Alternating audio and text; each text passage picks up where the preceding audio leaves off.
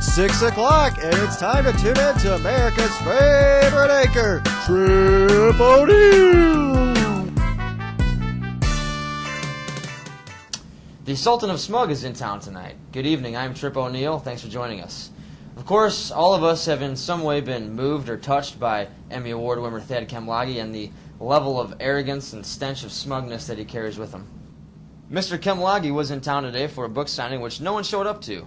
That explained this by saying, quote, "It's obvious that people in this town did not brace themselves to be in the presence of an Emmy Award winner, and that they've just been clinging to their guns and religion. I know these are just simple folk, and understand that they couldn't come out to the book signing because they realized they were not as good as me," unquote. If you would like to catch a whiff of Thad, he is in town for one more day to meet his national racquetball champion brother, Andrew Kemlage. Andrew is in town to promote his new movie, Racquetballin'. Andrew won the National Racquetball Championship just last month and is releasing his new movie, a film which details just how great it is to be a national racquetball champion. When asked about the impact of the movie, Andrew said with self-righteous complacency, "This movie would cause oceans to rise and mountains to crumble.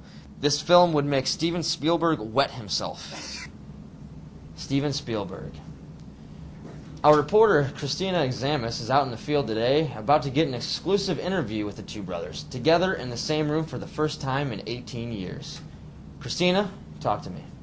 Andrew, I can assure you I won't be doing much of the talking, as the Kemlage brothers should have a lot to talk about. One thing that is for sure is there will be a lot of hot air released into this atmosphere. That will take place right behind me in this room. Smugfest 2008 is coming up right after this. Tired of your dull life? Well, we got something that will get the color back in you. School Tube Coasters. Not only are they great for setting your drinks on, but they do other things too. They make you more athletic, smarter, and last but not least, more confident with the opposite gender. Hey, you're really pretty. You want to go to prom with me? Okay. Thank you, School Tube Coasters. School Tube Coasters. They're really great. Visit us at www.schooltube.com. Get tuned in today. Well, we're here with twin brothers today, Thad and Andrew Kemlage, who haven't seen each other in 18 years.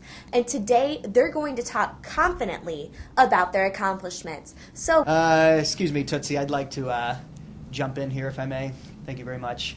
Now, you said that my brother made an accomplishment, right? Hardly.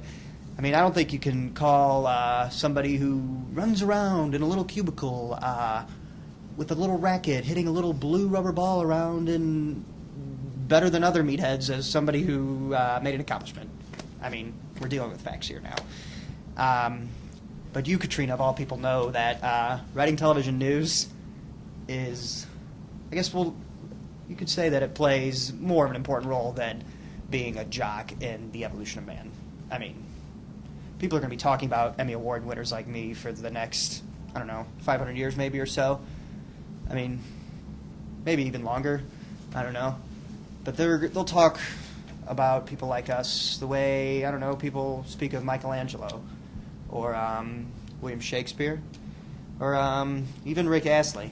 Never gonna give you up, never gonna let you down, never gonna run around and desert you. See, people with gold statues, their accomplishments will live on forever. When it comes to my brother's accomplishments, I mean, we're talking a matter of weeks, and people will be like, "Who's that guy?" Because, I mean, frankly, who cares? Now, Andrew, I want you, my brother, to take a look at this video, and you're going to see why Emmy Award winners live on forever and jocks are just meatheads.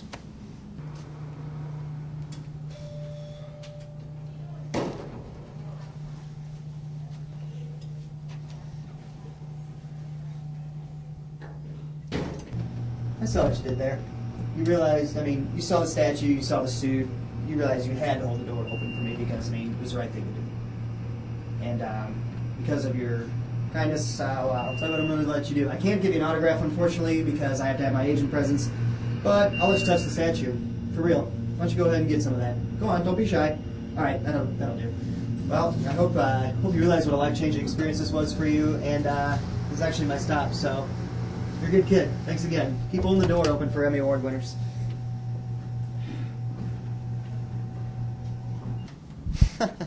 What a sweet kid. See the way he sighed in disbelief? He couldn't even believe that he just met me. I mean, I hope later on in life he'll appreciate what a gesture that was for me to let him touch this baby. Because, I mean, frankly, what else does this kid have to live for?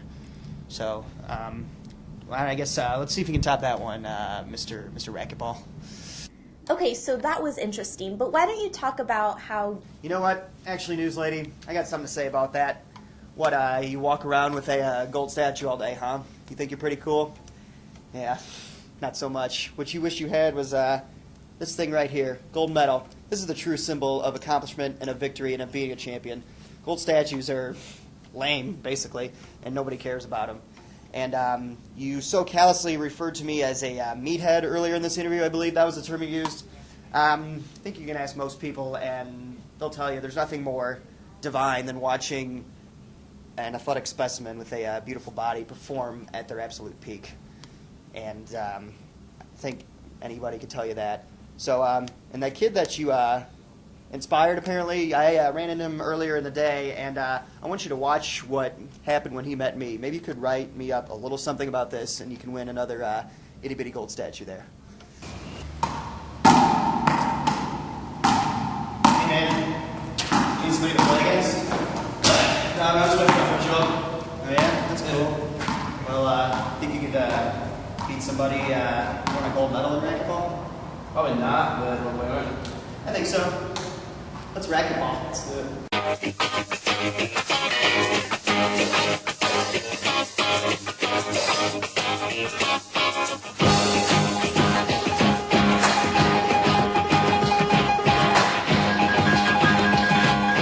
Game 15-0. Tell your friend about the fear of little hollow rubber balls for the rest of your life now.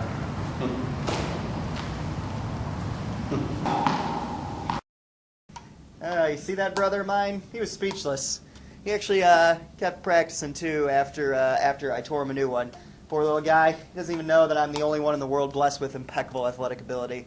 Okay, big deal. You beat a little kid in racquetball. Congratulations. Hey, at least he had some lessons. You're a turd out there on the court. Mom and Dad didn't even know racquetball was a real sport. That's because it's not, man. Well, Mom and Dad didn't know you could get little gold fairy statues for news. The reason they knew you won is because of the news. Here we go. Get your hand on my face. Look at my bicep. It's the size of a football, for crying out loud. Oh yeah, well look at my hair. I use more product than Uncle Jesse. Well, my body odor smells just like freshly baked cinnamon rolls.